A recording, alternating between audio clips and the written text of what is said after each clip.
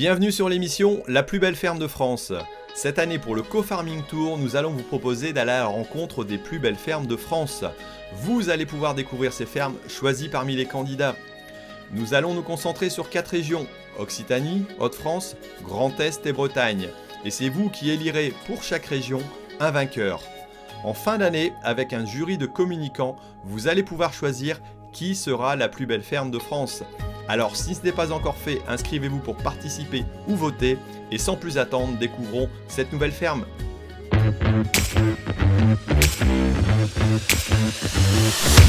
Bonjour, bienvenue à la ferme d'Annassoise. Alors vous êtes ici sur la commune de Val-d'Anast en Ille-et-Vilaine. Voilà, donc on est producteur de lait depuis 3 générations. Voilà, donc on transforme le lait de nos vaches en fait sur notre ferme.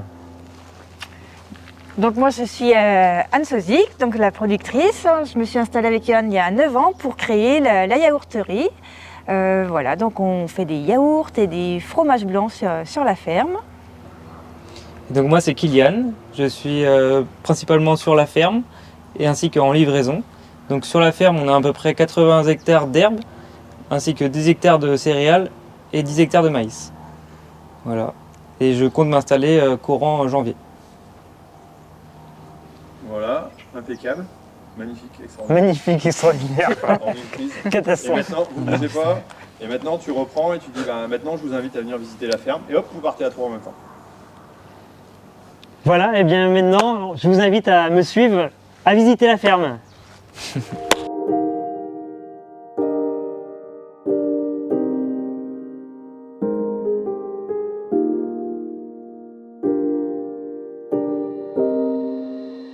Bon, Johan, ici, on est sur les terres de l'exploitation, c'est ça? C'est ça, voilà, exactement. Alors, tu m'avais dit tout à l'heure, il y a 4 générations avec l'arrivée de ton garçon. Oui, c'est ça. En fait, du coup, moi j'ai repris en 2005 l'exploitation de mes beaux-parents à leur retraite, Ouais. seul, sur l'exploitation.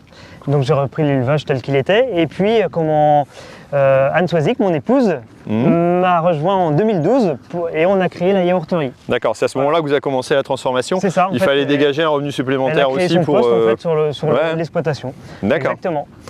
Et donc modernisation aussi d'exploitation. Vous êtes sur vous avez une 80 hectares, c'est ça, en surface en on herbe. a 100 hectares au total et 80 hectares d'herbe en fait, dont 40 hectares accessibles aux vaches. Voilà. D'accord. Donc nous on privilégie beaucoup le pâturage en fait pour nos vaches.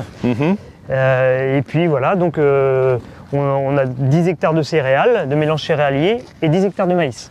D'accord, donc ça vous permet de couvrir l'alimentation, tout est utilisé pour, j'allais dire, pour la partie élevage, quoi, au niveau de la production. Quoi. 100% pour l'élevage, exactement, pour nos vaches. Si j'ai bien compris, tout ce qui est élevage, c'est plutôt Kylian, c'est ça? Voilà, c'est ça, donc Kylian qui revient sur l'exploitation, qui est en charge plutôt du suivi technique de l'élevage. D'accord, bon, je vais aller le rejoindre pour qu'il m'explique un petit peu comment ça fonctionne ici. Super.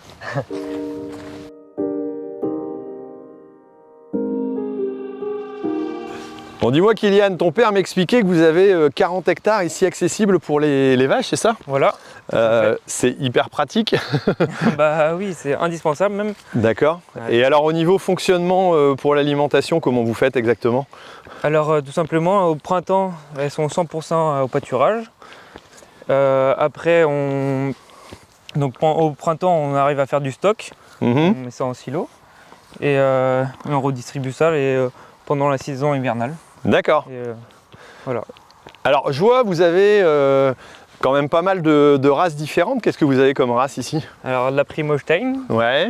La Normande, d'accord. La Jersiaise et la Montbéliarde. D'accord. Et alors pourquoi avoir 4 types de vaches différentes? C'est pour la protéine, pour amener du taux. D'accord. Et avoir un lait homogène. D'accord, c'est une question de qualité de lait quelque part. Les différents laits selon les races ne sont pas les mêmes, quoi. C'est ça. Ok.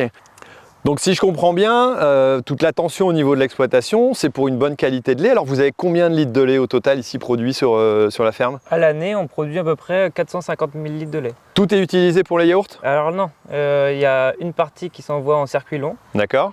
Et le reste, on transforme. Donc on transforme à peu près 280 000 litres de lait. D'accord, donc c'est une grosse proportion.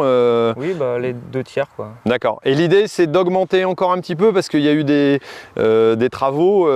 C'est d'augmenter encore un petit peu la production? Alors non, pas forcément. C'est plus d'optimiser l'atelier qui a été investi. D'accord.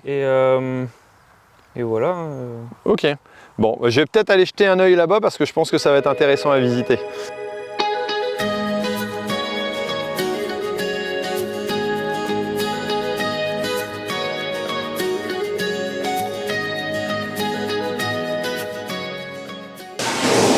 Et ici, on va rentrer dans une pièce qui est la salle de fromagement, qui est dédiée pour le fromage blanc, le yaourt grec. Voilà, ici les installations qu'on trouve ici. Voilà, donc le cahier qui est ici. Ici, c'est le fromage blanc qui s'égoutte. Petit à petit aussi. Voilà, donc il n'y en a pas actuellement, mais voilà, ces ustensiles servent pour le fromage blanc. Alors ça, c'est la pièce qui sert à quoi? Donc c'est les tuves, la chambre chaude. D'accord. Pour faire les yaourts. Pour faire les yaourts. Voilà. Et ça reste combien de temps là-dedans? 4 heures. 4 heures. 4 heures, autour de 42 degrés, 45. D'accord. Et après, ça passe au froid pour être conservé. C'est ça. C'est ça? La chambre froide. Donc c'est la salle refroidissement rapide. Et puis plus loin, on continue, c'est la chambre. D'accord. C'est un circuit, c'est un passage. C'est un circuit, voilà. Une autre chambre froide derrière. D'accord. Le lait arrive d'un côté, et après tout ce qui est conditionné arrive de l'autre côté, quoi. C'est ça. En fait, on suit une marche en avant. Marche en avant. Ça, c'est obligatoire, j'imagine. C'est ça.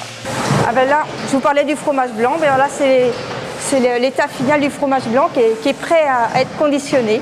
D'accord. Et là, on est en plein conditionnement de petits pots. C'est ça, voilà. Donc on les plusieurs conditionnements en petits pots, en seau pour la restauration collective. Voilà, tout ça s'en va pour les magasins et les écoles. D'accord. Alors ça, c'est un petit pot de yaourt qui est destiné à qui?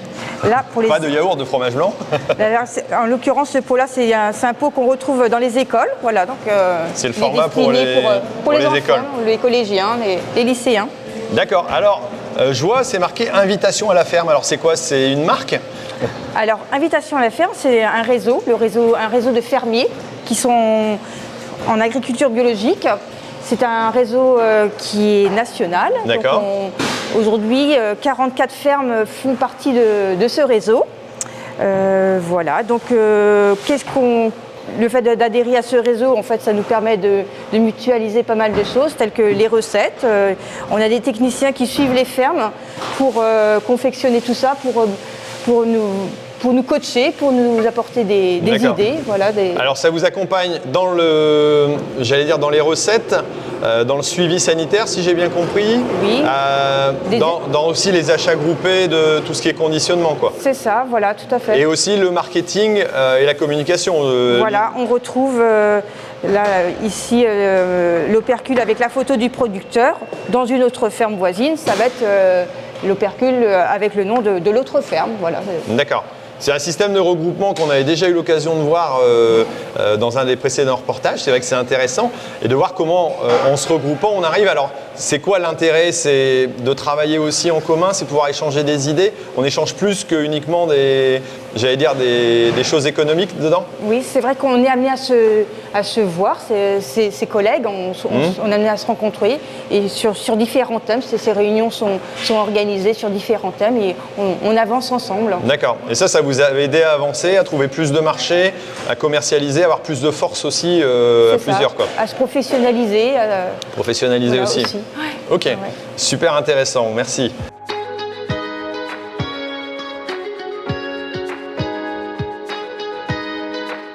Dis, je viens de visiter la yaourterie avec ton épouse, je vois que ça consomme pas mal d'énergie et d'après ce que j'ai compris, vous avez vraiment une réflexion là-dessus pour essayer de diminuer au maximum. Alors vous avez installé des panneaux solaires et vous en remettez, c'est ça? Oui, c'est ça, exactement. Du coup, on remet 350 kilowatts.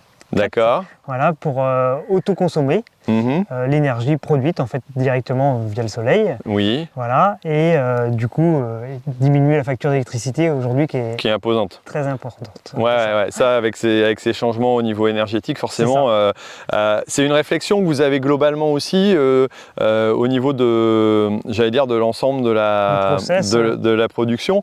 Le fait d'avoir des prairies quelque part, ça vous permet aussi d'éviter de la traction, du matériel, j'imagine. C'est ça. Dans le mode fonctionnement. C'est vrai que le fait d'être en agriculture biologique, d'avoir une grande surface d'herbe, en fait, privilégier le pâturage au maximum, fait que effectivement on a moins de mécanisation, moins de... D'accord. Il reste encore les pâtures un peu plus loin que vous êtes obligé de ramasser et puis de ramener. Mais quelque part, vous utilisez au mieux, les avantages que vous avez sur l'exploitation en ayant les terres autour pour pouvoir bien le faire fonctionner, quoi. C'est ça. Exactement. Ça vous permet de réduire les coûts et c'est vrai que ça, je trouve que c'est un axe qui est intéressant. On ne le voit pas dans toutes les exploitations, ça commence à réfléchir quand même pas mal à droite à gauche. Il y a d'autres points sur lesquels vous travaillez au niveau du groupe, par exemple, au niveau de l'énergie, si j'ai compris. Oui, c'est ça, c'est-à-dire que quand on cherche en fait des solutions, là par exemple, je vais vous donner un exemple, on a des groupes frigos en fait, forcément pour refroidir pour les frigos pour nos yaourts. Du coup, les calories qui s'en dégagent, au lieu qu'elles partent aux petits oiseaux, eh bien on a mis un système de récupération de calories, ce qui fait qu'aujourd'hui on a de l'eau à 50 degrés à peu près, qui est produite gratuitement, on va dire sans dépenser 1 kW en fait. D'accord. Voilà. Donc ça c'est de l'économie encore en utilisant au mieux les ensembles de systèmes qui produisent et qui transforment l'énergie, quoi. C'est ça, exactement. Ok, intéressant en tout cas de découvrir ça ici. Voilà, et puis voilà, il y a toujours d'autres d'autres projets en route. C'est ça, exactement. On est dessus. Alors là, ici, ils sont en train d'installer des batteries, si j'ai bien compris, parce que tu pousses le bouchon jusqu'à stocker l'énergie, que tu produis dans la journée, pour pouvoir l'utiliser la nuit, c'est bien ça? Pour quelle utilité? Ouais, c'est ça, en fait, c'est pour notre transformation en fait, de yaourt. Du coup, on a des pasteurisateurs qu'on met en départ différé qui démarrent donc la nuit. D'accord. Voilà, et du coup, c'est ça qui est très gourmand au niveau énergie. Et du coup, on profite du soleil la journée pour pouvoir stocker dans des batteries pour utiliser cette énergie-là la nuit. D'accord, donc ça va te refaire encore des économies parce que forcément l'énergie là que tu vas produire va être beaucoup moins chère que celle que tu vas acheter à l'extérieur. C'est ça, exactement. Donc autoproduction quasiment pour l'alimentation des animaux et demain pour l'énergie aussi que tu vas utiliser pour tes produits, quoi. On essaye, on ne sera jamais à 100%, on sera toujours obligé d'acheter de l'énergie. Mais parce qu'il y a un talon électrique en fait, nos chambres froides qui tournent en permanence. Mais diminuer l'impact en tout cas c'est important. Ok, en tout cas super projet et des belles idées en route. Voilà, merci.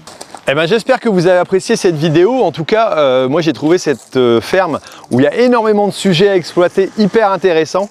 On a essayé de les traiter au mieux, mais en tout cas c'est vraiment génial. N'hésitez pas donc à voter pour la ferme d'Anassoise. Voilà. Vous l'avez ici. Si vous trouvez que cette exploitation est vraiment intéressante, on vous met les liens ici en dessous pour pouvoir voter.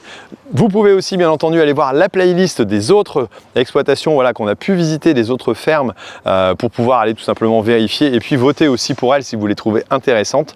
En tout cas, encore une belle découverte, encore des agriculteurs qui avancent, qui bougent et qui montrent que on peut toujours innover, on peut toujours mettre en avant des choses et aussi faire des économies d'énergie, où là c'est plutôt pas mal. Donc voilà, n'hésitez pas à aller voter et puis nous on se retrouve pour la plus belle ferme de France encore dans quelques temps parce qu'on a encore quelques épisodes à tourner. Allez, merci et puis à très bientôt.